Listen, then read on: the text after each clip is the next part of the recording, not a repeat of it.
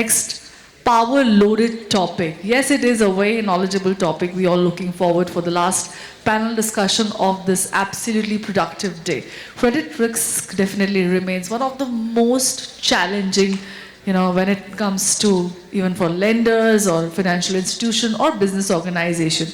Well, AI and ML definitely are redefining how we assess, predict, or probably mitigate credit risk. But come on, imagine a world where AI and ML could actually, predict defaults before they happen.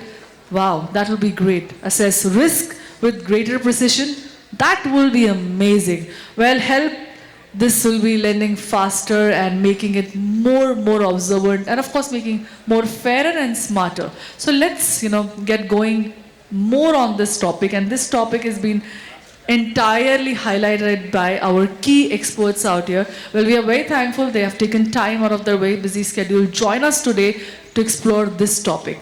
Well, the panel Transforming Credit Risk Management and the Power of AI and ML, we look forward for such a fabulous topic out here. And doing the honors, the panelists are CBPM CRO Equitas Small Finance Bank. Can we have you on stage? Huge round of applause for him.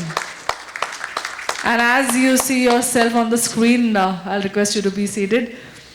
Next is M.A. Kishan Kumar, Group CTO, Ask Asset and Wealth Management.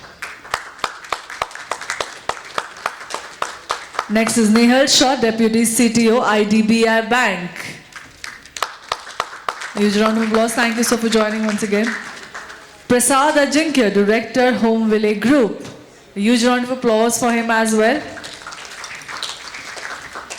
Shashwat Kumar, Head BIU and Analytics, DCB Bank. Once again, a huge round of applause for him.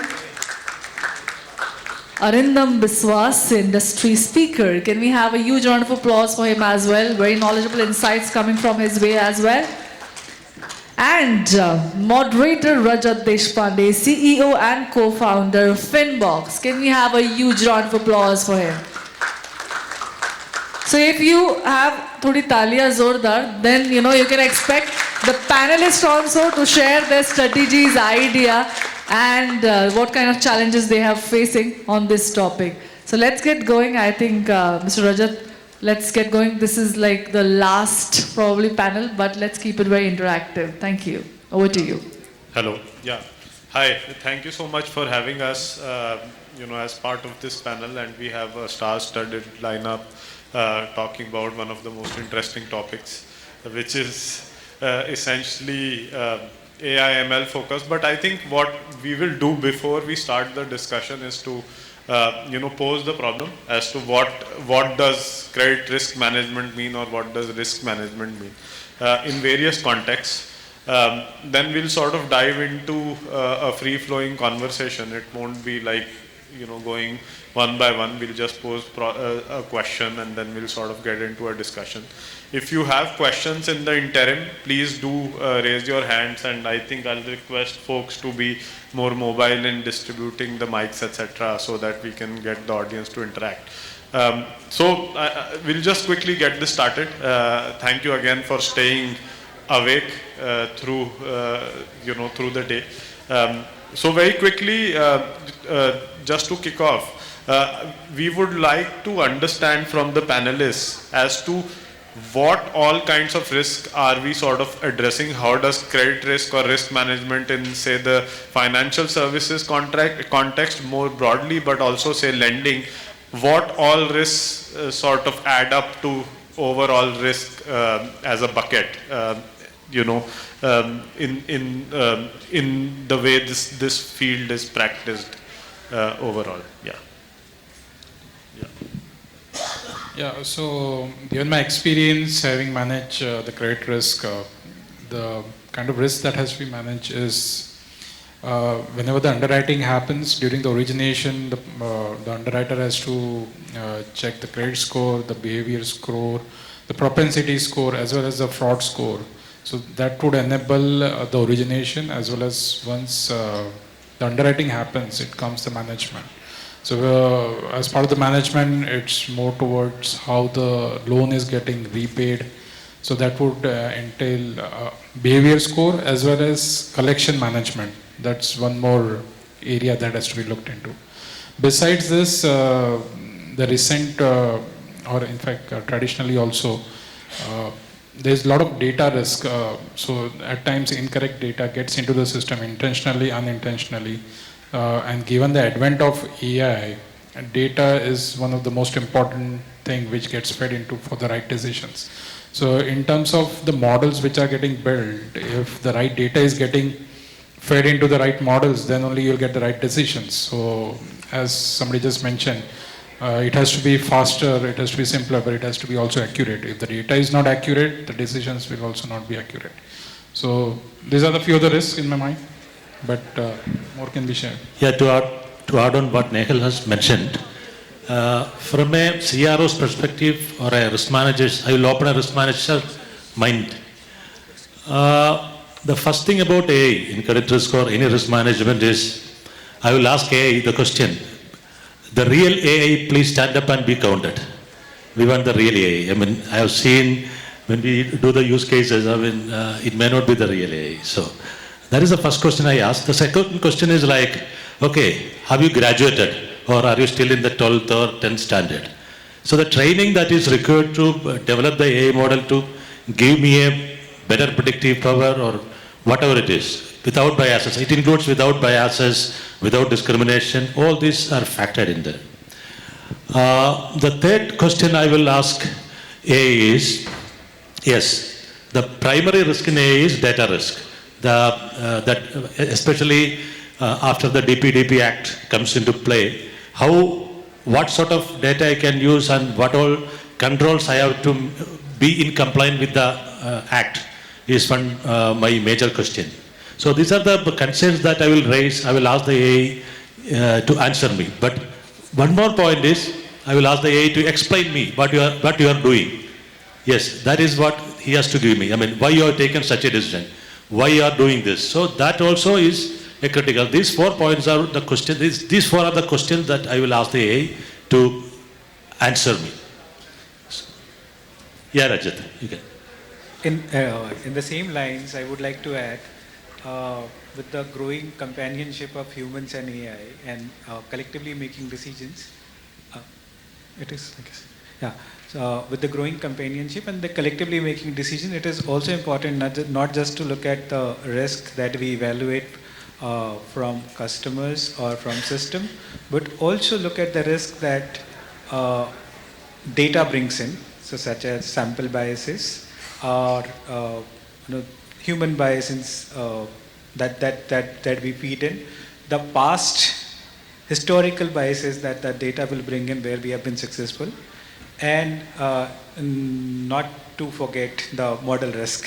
So whether the model will keep performing with the same efficiency forever or not. See, to add to that, what my personal experience has been that when we talk about data and modeling, it has been there for decades now.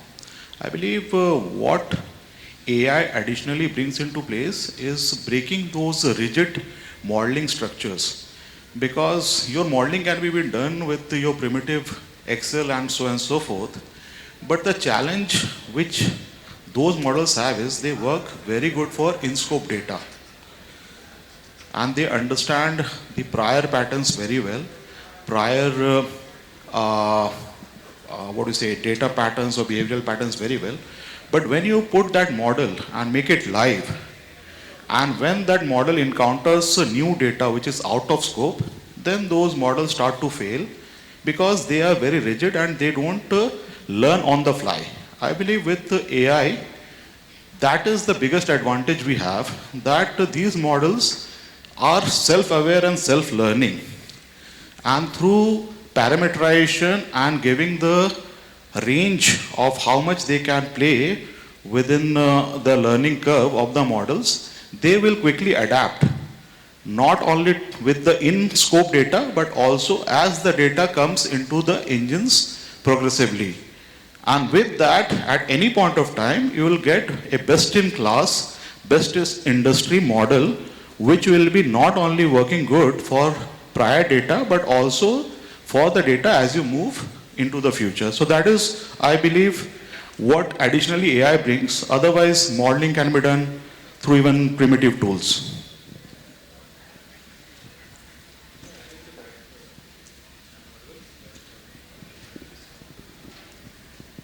No, this is fine. Yeah, so adding to that, I think another aspect of deploying and using AI models is to be aware of false positives.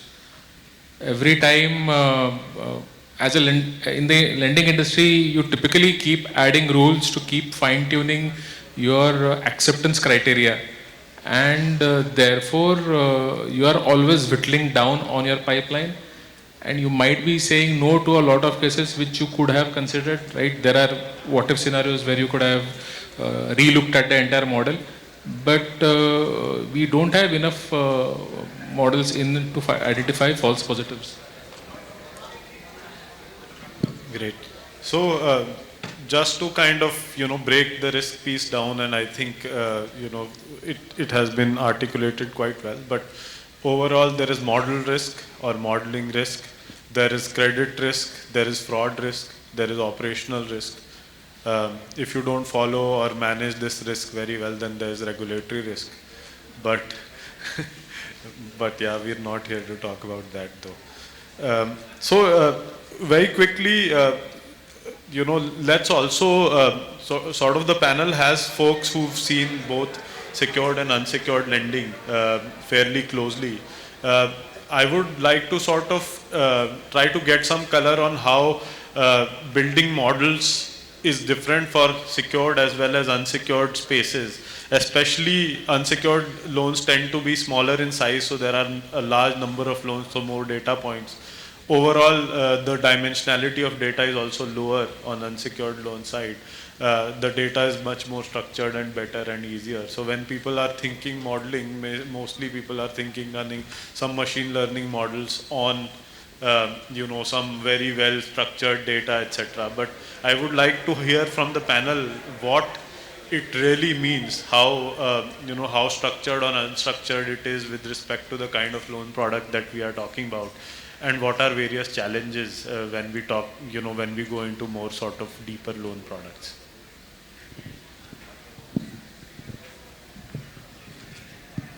So basically, I think that the secured and unsecured, there is a whole host of differences, as you said, but unfortunately, I don't think it's the days like in the past. Today we have a lot more data available because of data aggregation, because of information, let me say the information highway, the ability to get information from various sources. Previously you had to depend on bank statements and things like that. Today you have an aggregator who can provide you all information.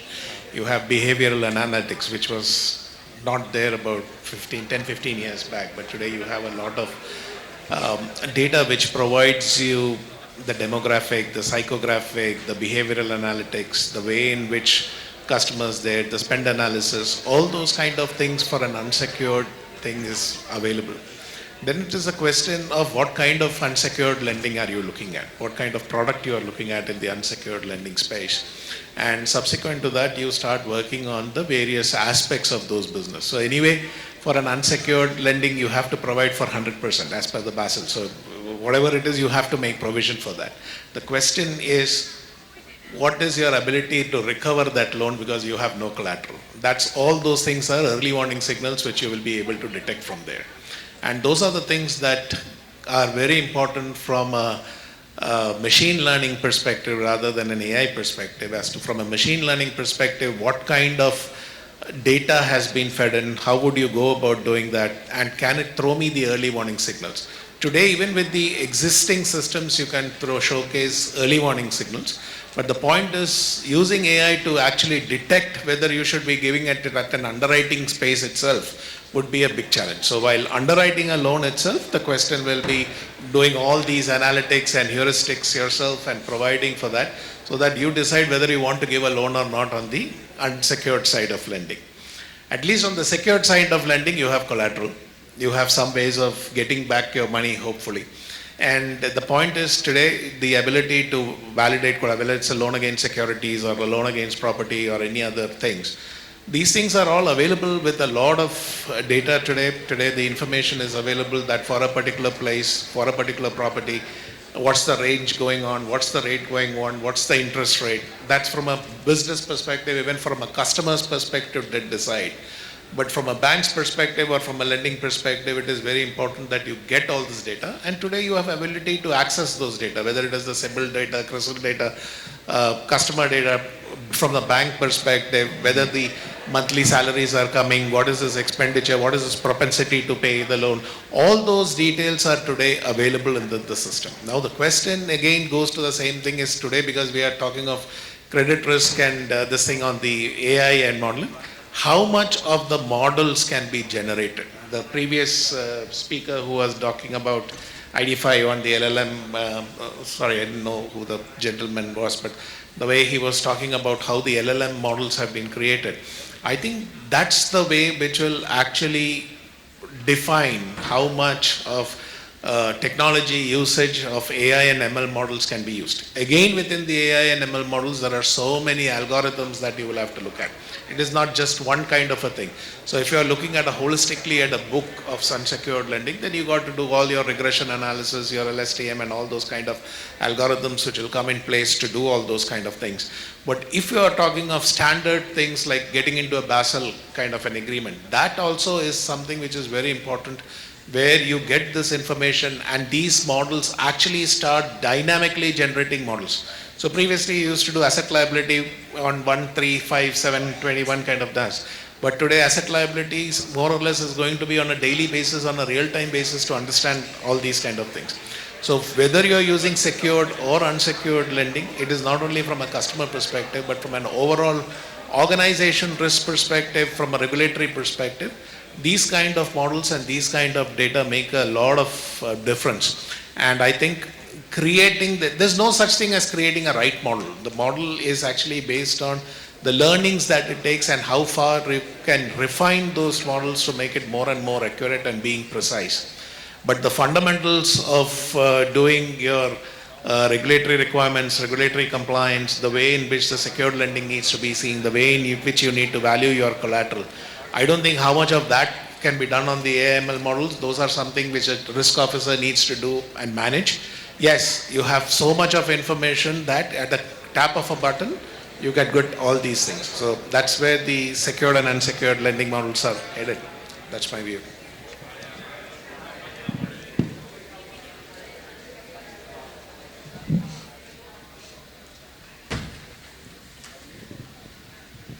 Yeah, in addition to this, so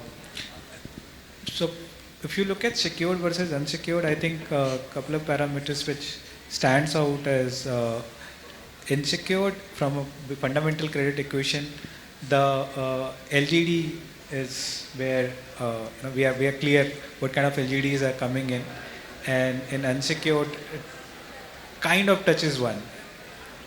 So that's where we need to be more focused, and hence we are trying to bring in alternate sources of data to be sure on the paying capacity of the customer whom we are lending. Talking of alternative data points, the data no more remains structured in the current context. We are looking at multiple data sources, not just that the bureau feeds to us or that what we collect in KYC. But with the power of LLMs that has that we have just probably we are looking from last two and a half years, a lot of use cases have been built in to feed in structured information from unstructured discussions which are happening. What can we bring in from PDT? What can we additionally feed in to ensure that what we are rationalizing our estimation of the risk that we are taking. Also, I think secured basically it's still, there is a lesser usage of the contemporary machine learning or Gen AI techniques. In unsecured, there are more experimentation happening, perhaps both for inclusive financing as well as as well as increasing the accuracy of the estimation that we are doing for risk. So I'll primarily talk about unsecured. So from an unsecured standpoint, the way I see it, all sort of data points can be primarily bucketed into three. One is in terms of adjudging the credit worthiness. Second is ability to pay. Third is intent to pay. Now in unstructured, because there is either lack or sparsity of data, in the credit ecosystem, you have to rely how you can augment that data through alternate sources. Now that alternate source can be data which is already existing but lies in a separate ecosystem, how you can partner and get access to that data. That will help in terms of filling lot of sparse points and plugging in those holes you have for a particular persona or particular entity in this whole unsecured credit area. The other important area or important thing to look into is where data does not exist, even in a separate ecosystem, in a digital fashion. There, how you can bring that data which does not exist currently in any ecosystem, whether yours or somewhere else, into the digital fold and plug in those gaps. Now that can be a separate physical data points which you have to digitize based upon what is your use case and what is the particular business problem you are trying to solve. One more thing I wanted to add was in unsecured, the problem that everyone seems to be trying to solve is not just the TAT, but also data enrichment using alternative data sources, right? In secured, however, the problem is not there is not enough data. There is data. However, usually all of these cases typically tend to get piled up during the month end, and therefore there is almost always a problem of expertise choke. You have a limited team who is going to do the decisioning, and they are always having a huge backlog of cases to act on, right? It could be on the asset side, it could be on the underwriting side, it could be on the document screening side. There is always going to be that scenario where there's a huge backlog, and therefore month ends tend to be fairly elongated, especially on the last 3-4 days of the month.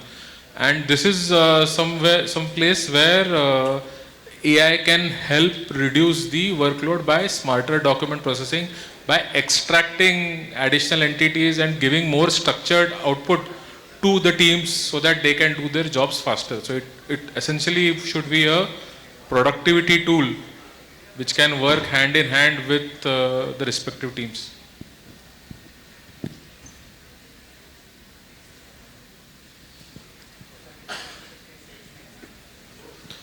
Hello. Yeah. A lot of the audience is sort of part of startups and companies who are trying to sell to you. So let me bring in one question as to how are you guys thinking about budgets or investments into infrastructure for AI ML going into the year, given that we are now sitting in March and the AOP process is going to begin, or some of the guys will have finished it. But how are you guys thinking? What are frameworks that you use in terms of making investments in this into sort of the new age infrastructure, specifically that we are at a inflection point it feels for AI? And then second is, what are some use cases that you definitely want solved with whatever capabilities you see in AI today, you would want to bring in into your sort of organizations? This is, I'm asking on behalf of the startup community so that, they can have more pointed ads to you on LinkedIn.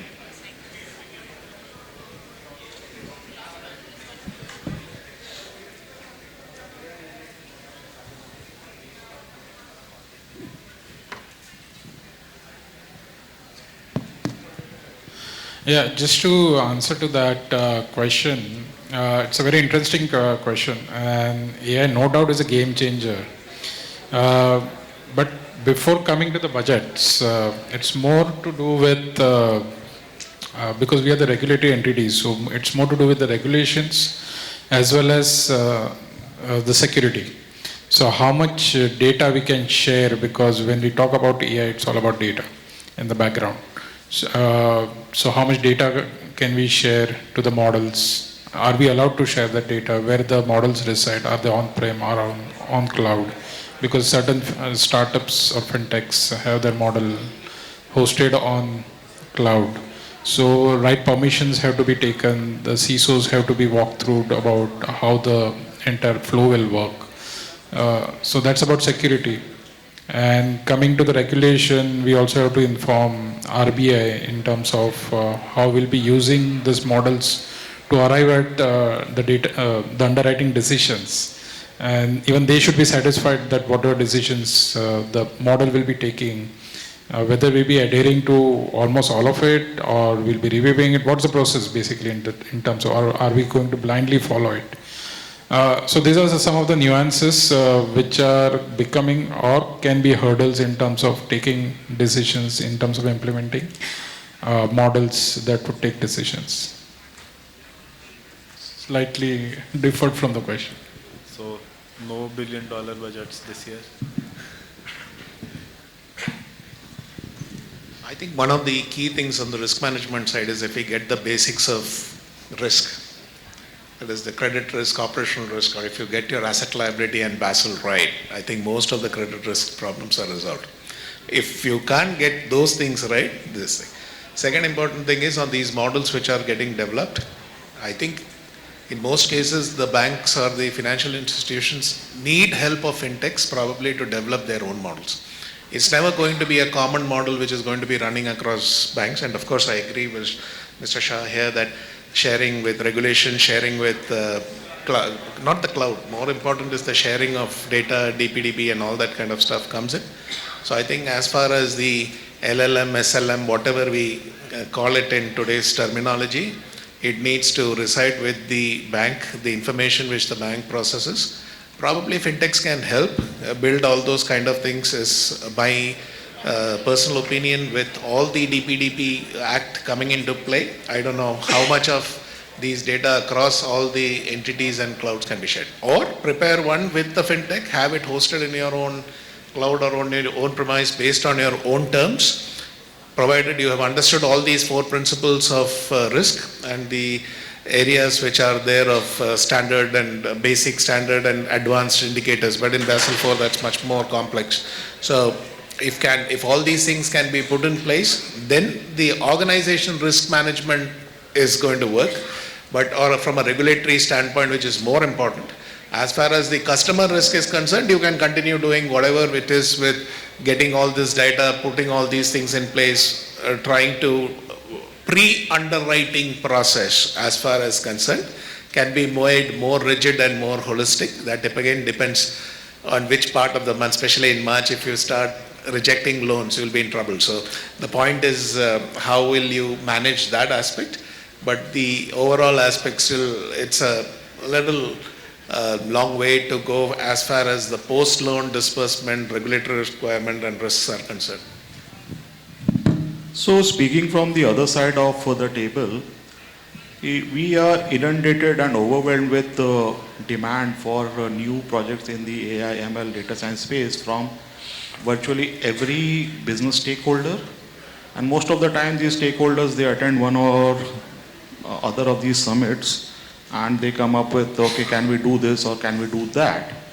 Now what we have done over the last few years is have come up with a prioritization framework, because while every initiative or project may be very close or very significant from the viewpoint of individual business stakeholder, given the limited resources and manpower at any given point of time, we take a wider org level view in terms of which project needs to be prioritized and what sort of a budget needs to be allocated, keeping in line the overall org goals and what we are trying to achieve for the next year or upcoming years. So that is what we have successfully inculcated and implemented in our setups.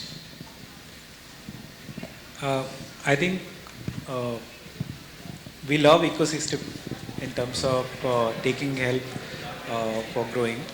A couple of pointers where the budgets, I think anything that makes money, budgets are no constraints is what I think generally, unless it's a very tight year. Otherwise, if there is a solution which is really solving a problem that any of the business units are facing, it's always welcomed. And where it is not meeting, I mean, if you see there's certain lower success ratio, this is happening because perhaps we are not solving problems, we are chasing what is happening in market. Some of it is not really relevant. So, and the second one is a lot of it die in POC stage. It never, the solutioning is not thought as scale of implementation. So POCs are successful, but now banking industry or BFSI as a whole has been in, I mean, it has seen its own way and it's existed for quite a long time. So we know what, where are the gates, what are the impediments, what will be required. So when the solutioning is happening, think of scale solution, not just a POC. Perhaps that will carry it. Yeah, Rajat. We don't set apart something particularly for AI and ML, but we set apart for the projects that will add value to the organization. Yes, AI and ML is in currency. If we see, it has to meet all the tick boxes that risk management prescribes and the regulator prescribes. And then if it adds value, definitely we will go for that. It's not that something very specifically for AI and ML. That is the policy or philosophy that we follow. Super.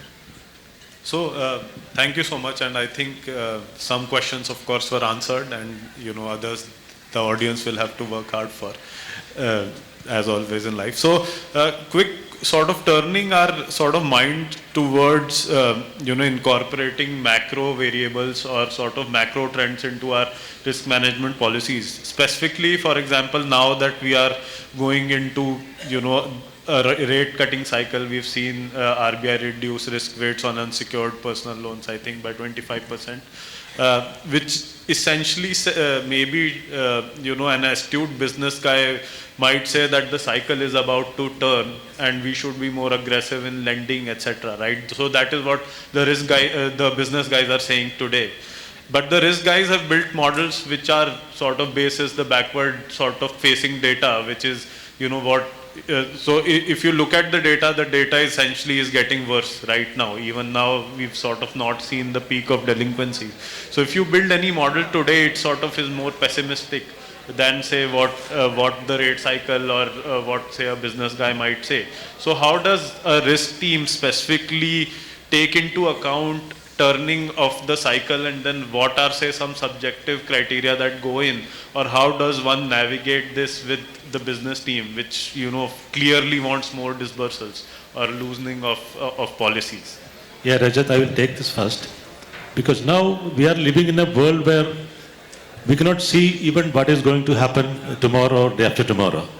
I mean, across the globe, it's unpredictable. I mean, really unpredictable things are happening, and for a risk manager, it's very difficult to foresee things. Having said that, yes, we need to build macro variables into all our models. That's what, I mean, we have seen some sudden spike in delinquencies, and then the reasons only we are now trying to understand. So these things are happening, and then suddenly on the other side of the world, some actions that really impact the domestic economy. How AI and ML will build or embed these macro variables into internal, I mean, it's particularly internal to each organization. That is the big question that we definitely have to look at.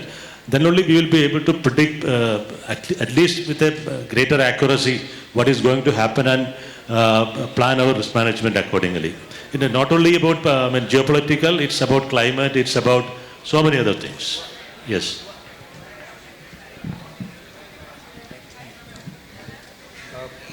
This also varies, I agree, but this also varies from the type of products that you select in the market and typing.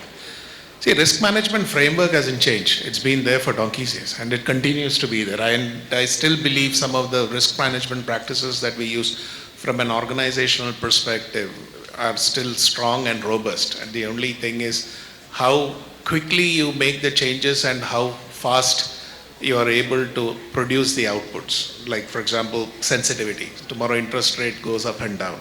Your asset liability should be able to predict your sensitivity as whether it's a 0.5 rate cut or whether 0.5 basis. Based on that, you take individual loans and you're going to do stress tests on them anyway to see how that thing. The point is, how are you going to connect all these things in a real-time automated manner? Today it is in an offline basis because we don't do real-time ALM. We don't do real-time risk management. Risk management or underwriting process basically is done probably at a time of doing loan. The point is, how do you get this data to be working real-time? The moment you get the data to work real-time with you, then the problem of all these kind of assessments, which is probably done once a month or every quarter for an ALCO committee, or not bothered about looking at it every day, on a daily basis, the risk management framework has to be tightened from the normal risk management process, which is mostly followed in banks and other institutions. So when I say banks, means not banks, but any other lending institution. The point is, unless you do this framework today on a real-time basis on your books, this is not going to be, and this is going to be a big challenge. Then coming to linking of these sensitivities which are there, whether it is interest rate sensitivity or whether the repo rate changes or the bonds come into play and tariffs and all those things, leave international things a little outside, but still those sensitivities can make a major play out here. And the third important thing being, how do you link these data to each of your individual clients to assess their links?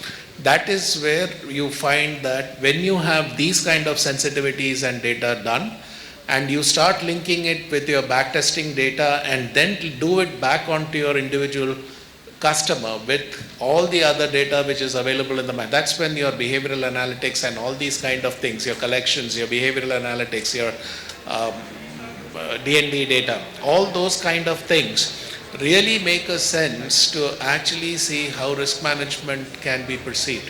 So that's where I see a logical link between how machine learning and how AI can help, provided you have this data captured on a real-time basis and how each of this data is actually fed back into the system to this thing. And this has to be done either daily, not that everybody pays their loan daily, it is every month UPI or EMI or whenever is the scheduled or when a balloon comes in. So those are the things which really have to be modeled into the system, and then probably you can get many of these things answered. And that's when the credit risk management, not only credit, why should I say credit, the overall risk management framework will get enhanced in a much better way. And that's the only option for you to play today, because the moment you get into any of these structured products or many of these complex products which are being offered in the market, on which you will really have to break it down. So we are not getting into the derivative space, of course, or the option space, but even within lending, there are many complex ways of lending to or structuring a product for institutions and financial this thing. So those kind of changes will have a lot of impact. And I think the only solace of the real-time kind of thing is something, or a near real-time, this thing with the enhanced risk management framework is what I would look at when we look at the AI and ML models. And that is why I was insisting on saying that these models are, with respect to the bank or the financial institution or any of the lending in this thing, with the capacity to make changes or do the parameterization themselves so that they understand at each level what can be done.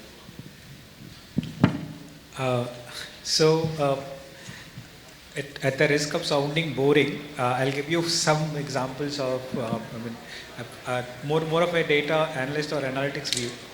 So whatever that doesn't fit in the model, what we used to do previously is to remove it. Okay, and hence the previous models that were built for if we look at 3-4 years back or 5 years back, when the computation was not as cheap as it is right now, and also the ability to handle complexity was not at the level at which it is right now. The safest idea was remove abnormalities. Don't model it. Right now, the solution is happening, and it's not just us who are working towards it. It's a lot happening from the tech industry. We see computation going really up, and what we generally, as a analytics person, what we generally try to manage is complexity versus time. And a lot of complexities were just skipped because it wouldn't have made sense in terms of time. Now that problem is getting solved. So we are including larger sample of data for as many years as the data is available, which will cover cycles which has interest rate cuts, which will cover cycles which might also include once in a century issue like COVID, and eventually would solve this macro shocks. And in addition to that, we obviously have statistical techniques which smoothens the curve, which takes out these biases. So just to add on to that, so see the recent advancements in the field from a computation speed or ability to handle complexity in AI and ML, what has happened is not that we are able to identify the outliers easily, but what has significantly improved is the anomaly detection and also getting early warning signals. So the biggest benefit which I see today based upon the significant strides we have taken in computational power is that we are able to see the warning signals much earlier and therefore start doing the course correction, and therefore the overall scale of impact or downside can get substantially mitigated if you are taking the corrective actions at the earliest onset and in a structured and holistic fashion. So I believe that is the additional benefit with the advancements we have seen in this space. Yeah, from the tech perspective, I would like to answer in terms of the macro variables, how we can take care of that. Like as Rajat mentioned, given the current cut down in the interest rate by RBI, how can we handle that across the model? So we spoke about different risk with it, credit world, be it credit score, propensity score. So this could be different models, the way it can be structured. As well as early warning signals that we could get from bureaus or various other sources or alternate data sources. On top of this can set the agentic AI, which can be under the control of the CRO in terms of how each of the agents below it can function in terms of underwriting the risk. So whenever there are contracting credit cycles, then the thresholds can be tightened, and if the economic cycles are more expansionary as they are now, or as the government is pushing, then it could be more relaxed. A short answer.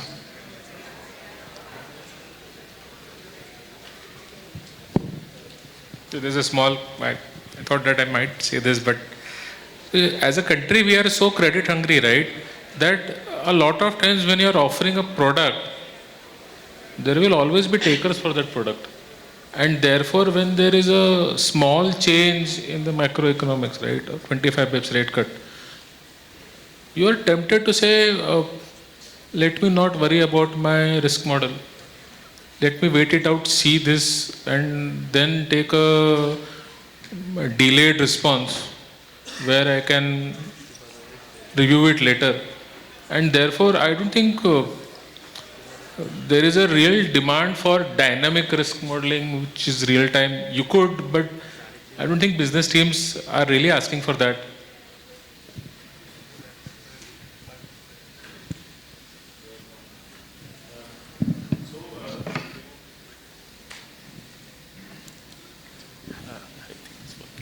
So, yeah, most of our conversation has been around mostly, say, underwriting risk. In the last section of this panel, I would want to sort of touch upon two sort of areas that we've sort of only alluded to. One is early warning systems.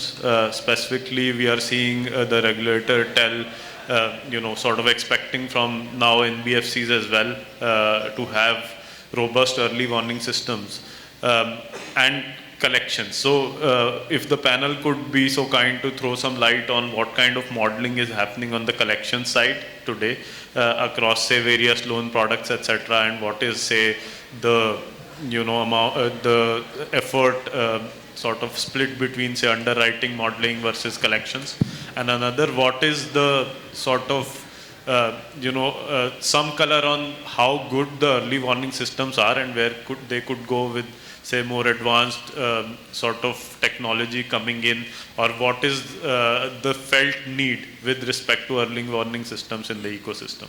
Yeah, just a quick take on this. For early warning systems, there are two types of. One is credit related or loan related. Second is non-credit or non-loan. Non-loan, it's fairly straight. It's built on three pillars. One is identity. Second is transaction, and third is the customer behavior. So the data is fairly structured, and you can have fairly good models to predict EWS to predict fraud. But on the other side, on the credit side or loan side, it uses a lot of unstructured data like news, like reading financial statements, so many things it uses. So there the LLM models or real AI models can help a lot in building that. So there a lot of progress has to be done to make the models more matured. On the other, the second piece, the collection side. Collection also is, there are four pieces again to that. One is default prediction, second is classification of customers, and the third goes to strategy, collection strategy, and the fourth is actual collection activity. In all these four, from default prediction to collection strategy to real collection process, AI along with RPA or all those IVR, all those things can help a lot in improving the collection in the bank. So I think we have a little time left. What I will want to do is just put each of the panel members on the spot, and I'll ask them what is the one use case that they are excited about for AI to solve for them in this coming year. And everybody has to talk about a different use case. So let's start.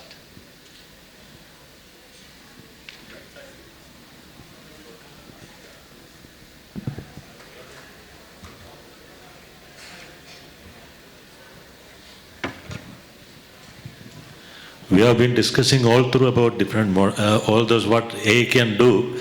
I would love to have all those into my system, provided it gives me real value addition.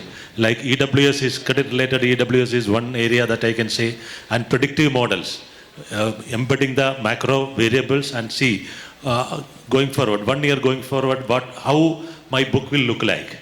These are the things that I can say, if it really gives me that the visibility towards future, yes, that is what I expect from AI to solve for me. Yes, thank you. Very simple for me. As long as we can get real-time data and AI/ML can process that and give me the kind of two important things. One is on the regulatory side, if I'm meeting the regulatory requirements and the numbers. And the second important time in being, how do I contain the risk within the organization?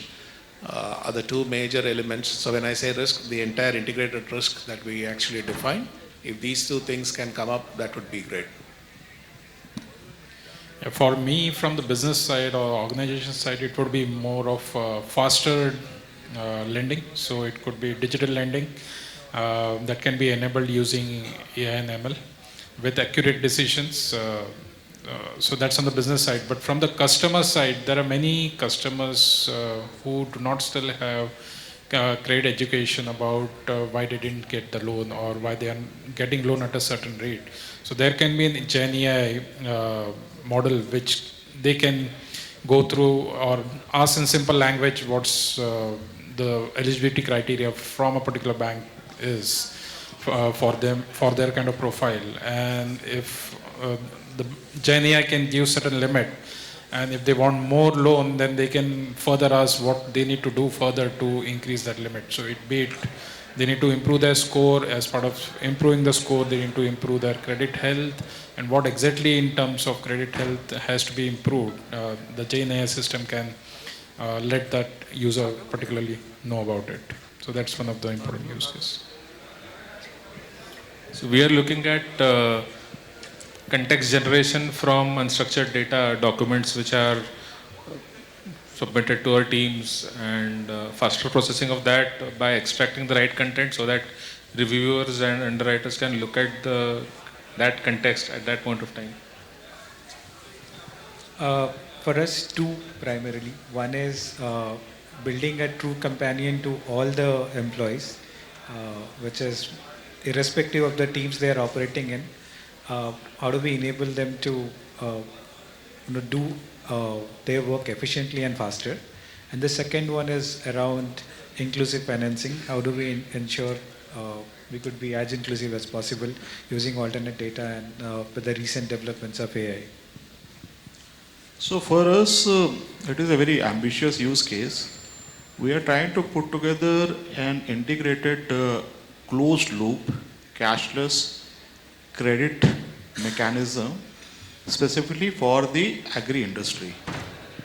Now, we have made certain strides and progress in this space, but as we go along, we see that the challenges are innumerable, and we are trying our best to imbibe from what has happened elsewhere in other industries and both in the Western Hemisphere in terms of how best we can leverage AI, ML, and data science to successfully achieve this ambitious use case.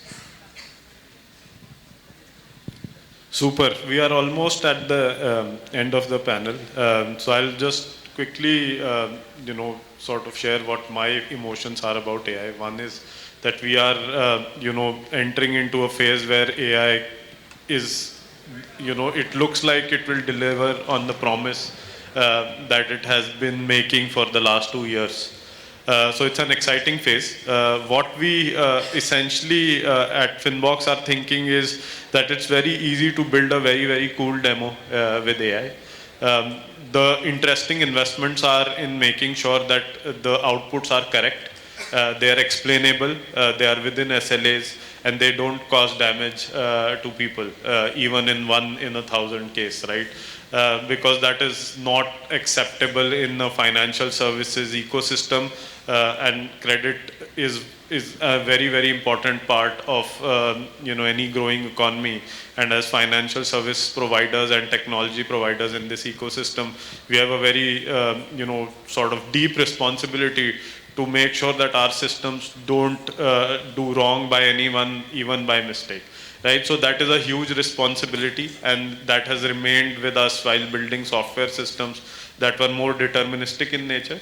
But now with AI, non-determinism has entered, entered the systems that we are building, and a lot of investment that we are making is to make the outcomes more deterministic. Thank you so much. That was fabulous, and I think can we have a huge round of applause for them, everybody. I think AI is just not managing the credit risk, predicting, preventing, and of course transforming it in a big way. Also to felicitate this absolutely great panel, I'll request and call upon Manmeet Jain, Senior Director, Product Management, Acumen, to kindly join us on stage.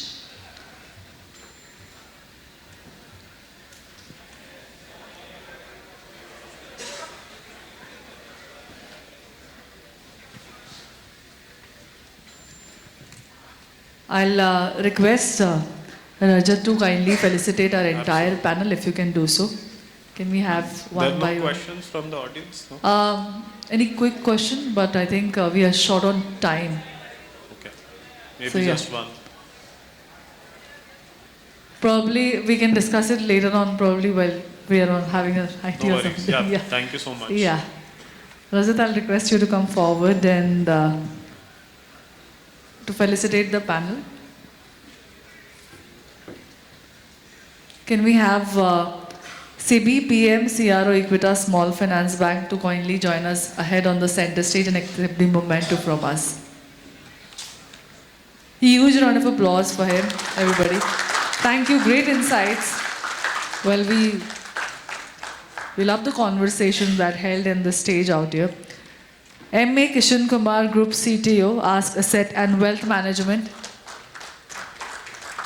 Thank you so much for joining in. Again, a very valuable insights from you, sir. Nehal Shah, Deputy CTO, IDBI Bank. Can we have a huge round of applause for him, everybody? Thank you. Next, I'll request Prasad Ajinkya, Director, Home Valley Group, kindly join us on center stage and accept the memento. Thank you so much once again. Great conversations. Sashwat Kumar, Head BIU and Analytics, DCB Bank. Again, a very valuable insights from you, sir.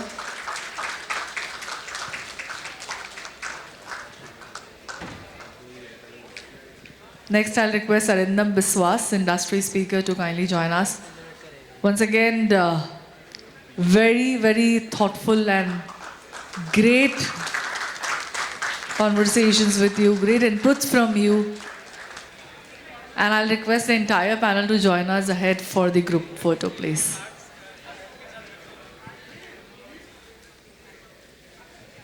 I think, come on, let's have a huge round of applause for this fabulous panel. This was the last panel discussion, and they made sure that they're keeping it informative and interactive at the same time.